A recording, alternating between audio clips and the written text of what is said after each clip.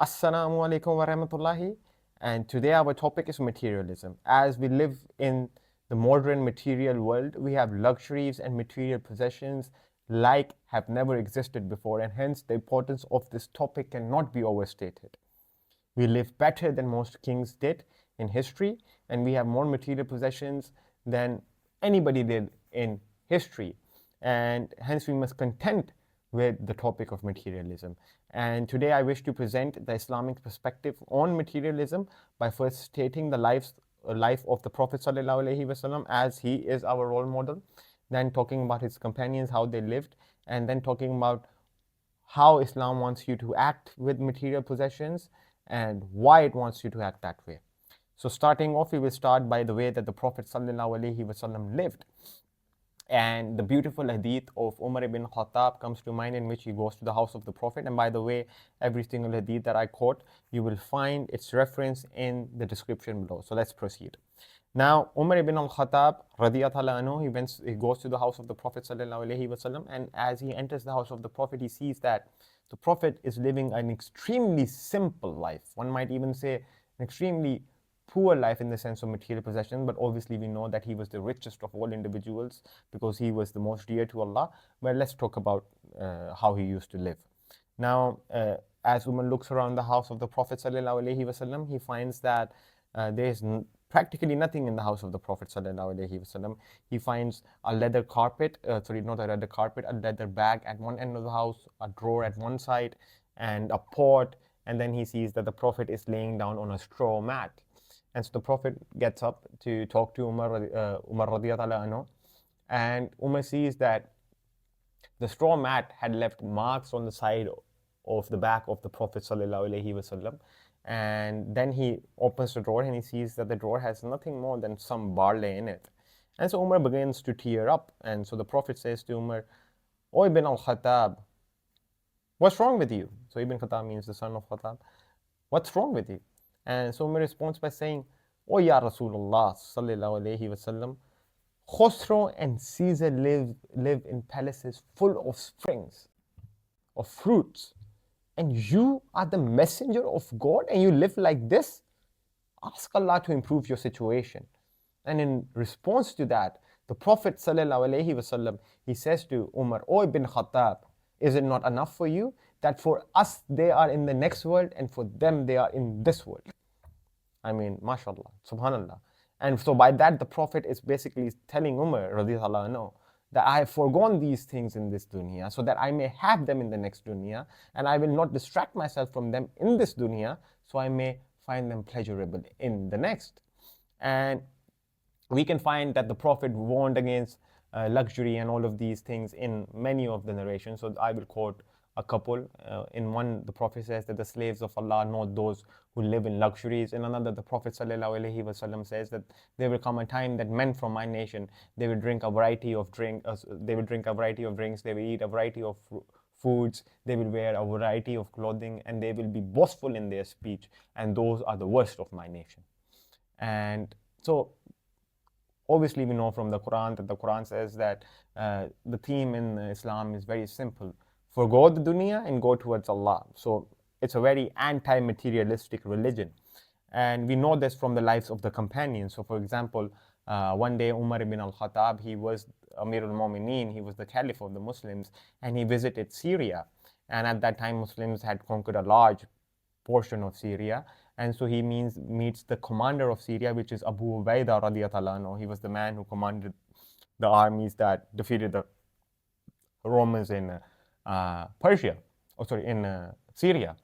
And so he says to Abu Ubaidah, "Let's go to your house." And so Abu Ubaidah in response says to Umar, "Do you not want anything but to cry tears?" But Umar insists, so they go to his house. And he doesn't really have a house. He has a mud hut. And when Umar enters it, Umar sees that there is only one straw mat in it, and there's a bucket in it, and that's about it. And so Umar looks at Abu Ubaidah and he says, "Don't you have anything to eat, O Abu Ubaidah?" And so Abu Ubaidah brings him some crumbs. In another narration, he brings him some bread and water.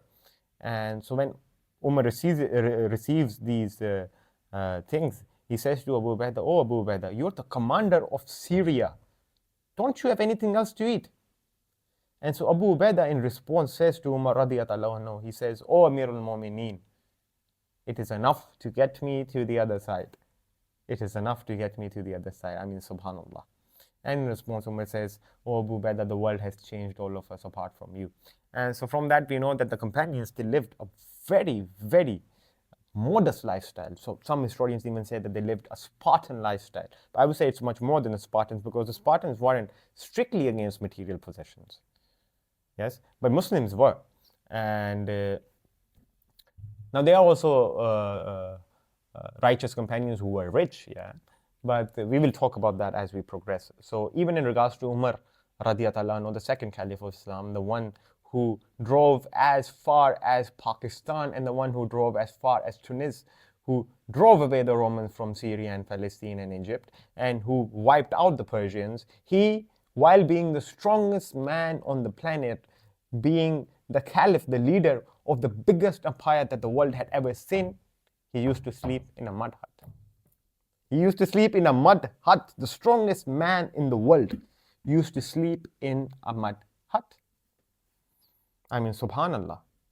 How amazing is that? And this is why the Muslims were successful, by the way. The Muslims were not looking for luxuries. So they were not invading the Persians or the Byzantines because they wanted personal prestige or personal luxuries. They wanted a lot of slaves or they wanted a lot of money and this and that. No, no, no, no, no. They didn't want any of that. The reason they invaded, yeah, was because they wanted to gain a victory in the path of God, or they wanted to die in the path of God and be martyrs. And there's a beautiful incident which relates this mindset. It is the Battle of Yarmouk, one of the most pivotal battles in Islamic history, in which Khalid ibn al-Walid, under the commandership of Abu Ubaidah radiyallahu anhu, we defeated the Byzantines in Syria at in Yarmouk, in a place called Yarmouk. And it basically made sure that we will have dominion over those lands. And so while negotiations were happening before the battle started, and the Roman commander said to Khalid ibn al-Walid radiyallahu anhu, he said to him, "It seems like hunger has brought you over here." So he had this mindset that, these are just raiders. They're coming over here for money because they don't have roofs over their heads, so this or that, they don't have clothes over themselves. And the reason many of the Muslims, they had, let's say, torn off clothes is because they had traversed through the desert. So Khalid's army or contingent had come from Persia to Syria, and he had traversed through the desert in between. And so Khalid in response said to him that, "I have not come over here because I'm hungry. I have come over here to drink your blood because I heard that the blood of the Romans is sweet. And now listen to this carefully. And you should accept Islam because this is the truth, or you should accept our dominion over you. And if you do not accept these two things, then there can only be war between us. And you will face men who love death as you love life." I mean, subhanAllah, how can you even say something? That's like a Spartan one-liner. It's better than that, in fact. And Khalid ibn al-Walid radiyallahu anhu was being completely honest.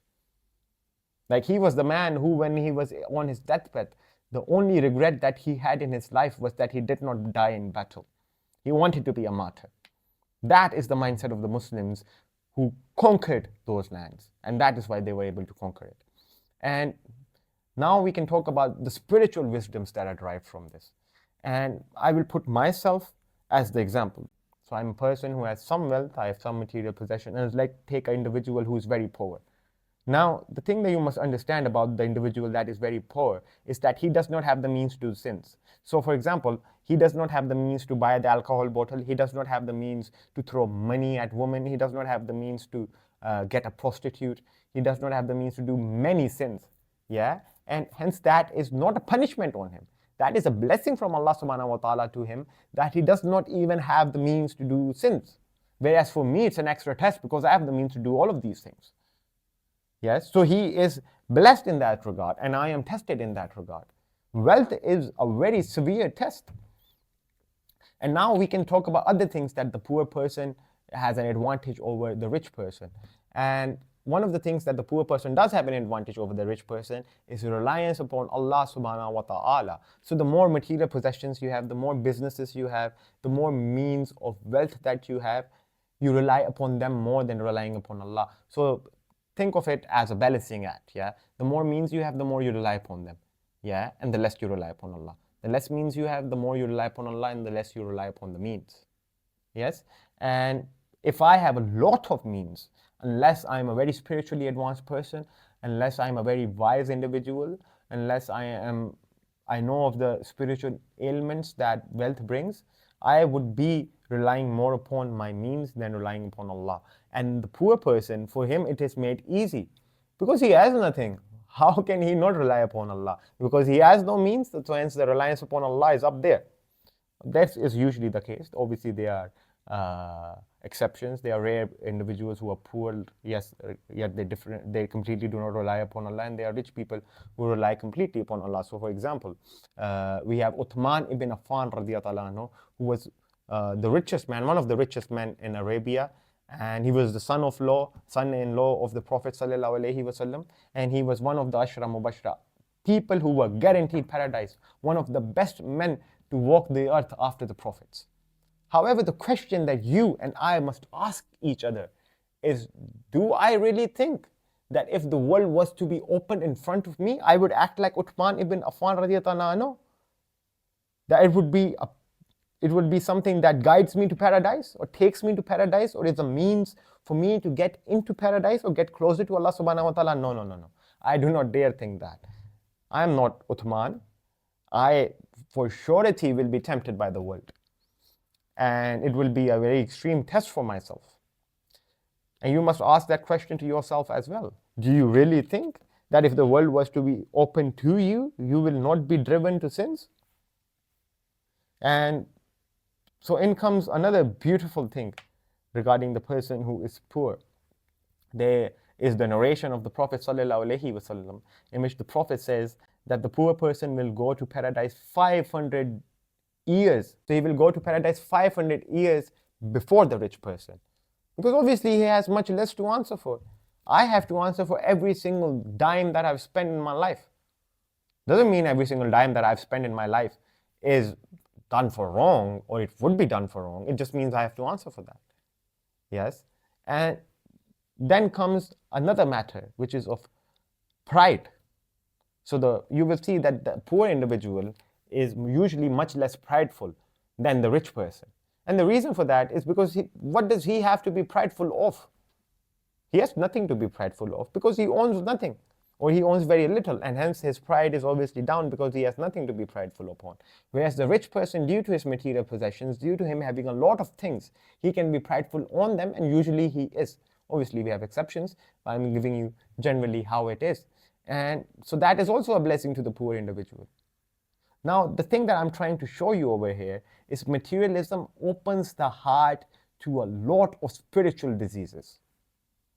And most of them are very hard to fight against. So, for example, Imam al-Ghazali speaks about this extensively in his works. So he even tells you that, you only need a couple of dinars to survive in a year. You shouldn't take more than that.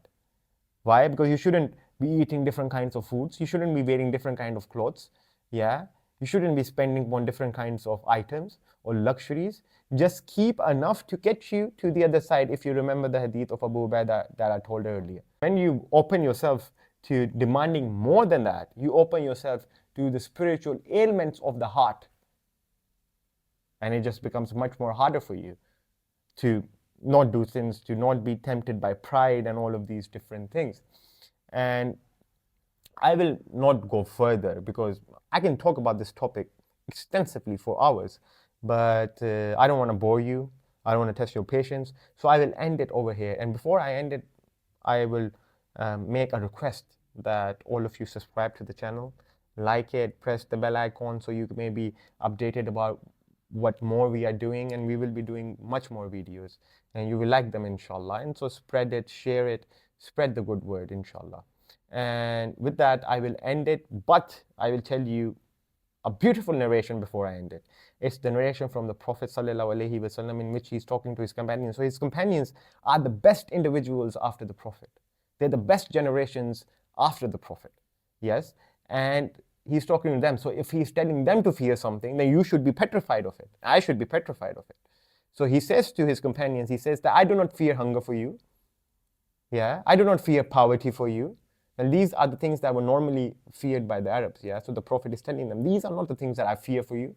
What I fear for you is that Allah will open the dunya to you. And you will compete in the dunya like those that came before you, and the dunya will destroy you like it destroyed those that came before you. Keep that in mind. Assalamu alaikum wa rahmatullahi.